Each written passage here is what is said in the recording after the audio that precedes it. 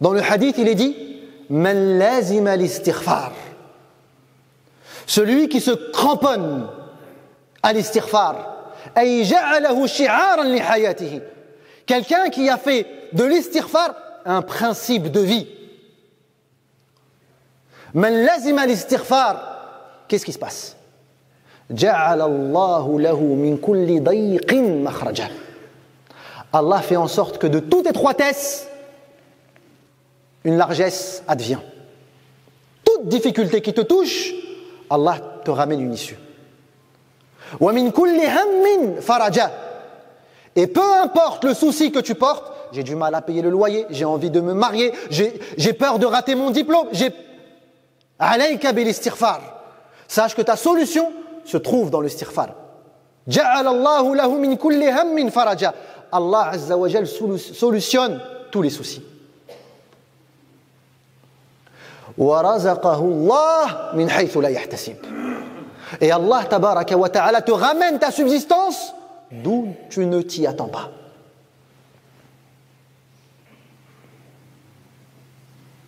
Wallahi, لولا الحياء لحدثتكم عن عجائب وقعت لي أنا شخصيا. Wallahi, si ce n'était la pudeur, je vous aurais conté des choses qui me sont advenues à moi personnellement par la grâce de l'istighfar. Mais laissez-moi vous parler d'un frère qui entendra sûrement ce discours et qui s'y reconnaîtra. Un frère qui, je vois certains de mes élèves ici qui le connaissent.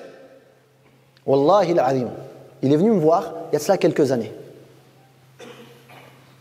Il est venu me voir et il m'a dit « Je suis dans une situation catastrophique. J'ai des mois de loyer de retard. Mon entreprise est en train de faire faillite et je suis à 2 doigts de divorcer avec ma femme. Ça fait maintenant 6 ans que je suis avec elle, on n'a pas d'enfant, on vient d'apprendre qu'elle est stérile, qu'on ne pourra pas avoir d'enfant. C'est la crise dans mon foyer, dans mon entreprise et surtout dans ma foi. »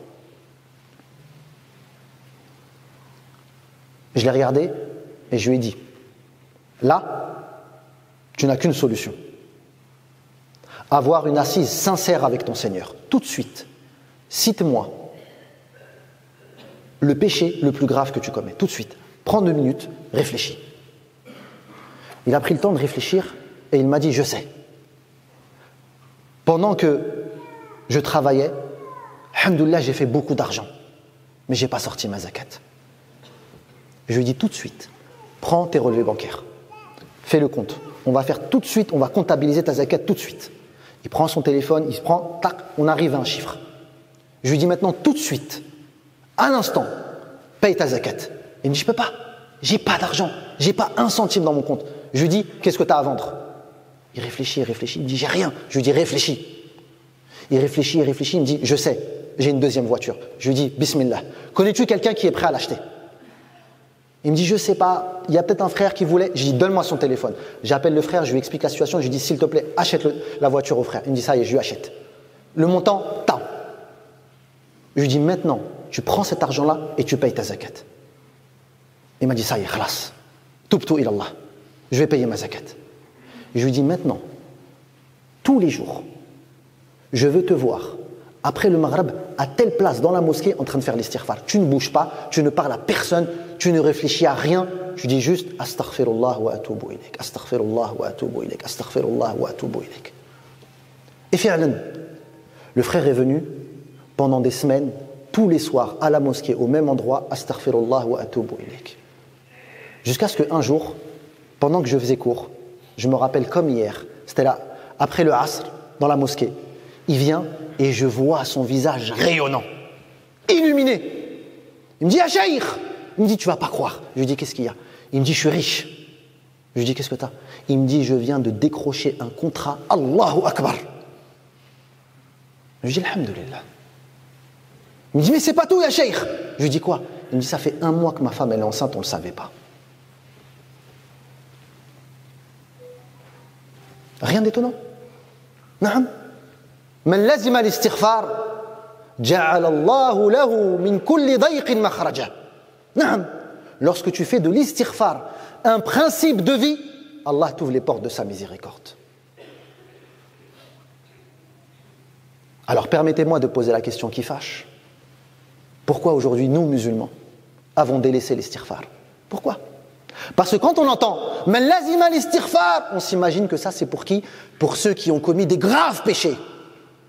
Seuls eux doivent faire l'istighfar. Alors que, vous le savez pertinemment, que Abdullah ibn Umar, comme le rapporte l'imam Abu Daoud dans ses sunan, il nous dit كنا نعد لرسول الله صلى الله عليه وسلم في المجلس الواحد 100 مرة أستغفر الله وأتوب إليه إنك أنت التواب الرحيم. On comptabilisait au prophète sallallahu alayhi wa sallam dans une seule assemblée. Imagine-toi, le prophète sallallahu alayhi wa sallam est avec ses compagnons. Les compagnons observent le prophète sallallahu alayhi wa sallam et l'entendent dans une seule assemblée dire plus de 100 fois Astaghfirullah wa atubu ilayhi innahu huwa at-tawwab ar-rahim. L'imam al-Bukhari nous rapporte que le prophète sallallahu alayhi wa sallam, celui à qui on a pardonné tous les péchés précédents et futurs, ma taqaddama min dhanbihi wa ma ta'akhkhar.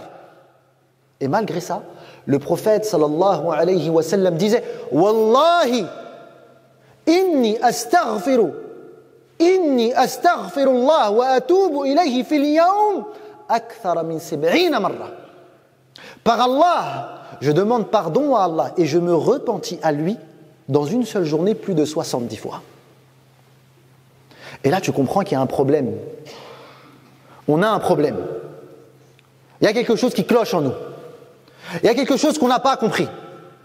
Naam. Il faut saisir une chose. Al-istighfar huwa mizanu imanik. L'istighfar, la formulation du pardon, c'est la balance avec laquelle tu pèses ta foi. Il y a une relation directe entre l'istighfar et le tawhid dans ton cœur. Et ça, c'est explicité dans le Coran. Allah Jalla wa Ala nous dit Fa'lam annahu la ilaha illallah. Sache qu'il n'y a de divinité digne d'être adorée qu'Allah. Sache que seul Allah Azza wa Jal donne. Sache que seul Allah Azza wa Jal prive. La mani'a lima a'tayt wa la mu'tiya lima mana'at.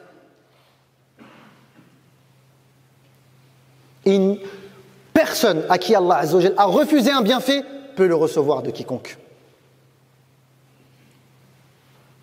La mu'tiya liman mana'at. Lorsque tu as cette croyance-là ancrée dans ton cœur, elle te ramène à l'istighfar. Fa'lam annahu la ilaha illallah wastaghfir li dhanbik. انظروا العلاقة بين التوحيد والاستغفار. ويقول الله تبارك وتعالى قل إنما أنا بشر مثلكم يوحى إلي أنما إلهكم إله واحد فاستقيموا إليه واستغفروه. Et dis-leur, je suis un humain comme vous, à qui on a révélé qu'il n'y a une seule divinité digne d'être adorée. Et donc, c'est quoi le fastaqimu ilayh? Mettez-vous sur le droit chemin et demandez-lui pardon. Parce que lorsqu'il y a le tawhid dans ton cœur, tu sais que rien ne peut empêcher un bien qu'Allah Azza wa Jal t'a décrété pour toi si ce n'est tes péchés. Je répète, lorsque tu as une croyance ancrée, peu importe les difficultés, peu importe ce que les créatures disent, si dans ton cœur, tu as la certitude et tu as la connaissance d'Allah subhanahu wa ta'ala, tu sais que le seul rempart entre toi et ce que tu désires, ce sont tes péchés. قال الله عز وجل وما أصابتكم من مصيبة فبما كسبت أيديكم ويعفو عن كثير. Allah nous dit, et il n'y a pas une catastrophe qui vous touche sans qu'elle soit le fruit de ce que vos mains ont fait. ويعفو عن كثير. Et malgré ça, il pardonne beaucoup. Et c'est pour ça que les ulama, ils ont dit Ma nazala bala illa bidhanb. Il n'y a pas une difficulté, une épreuve qui descende sur le serviteur sans qu'elle soit la cause d'un péché. Wa ma rufi'a illa bitawbah. Et il n'y a pas une difficulté qui se dissipe sans qu'elle soit la cause d'un repentir, d'une demande de pardon. Al-ilaqa bayna al-istighfar wa bayna al-tawhid. Regardez la relation directe qu'il y a entre les deux.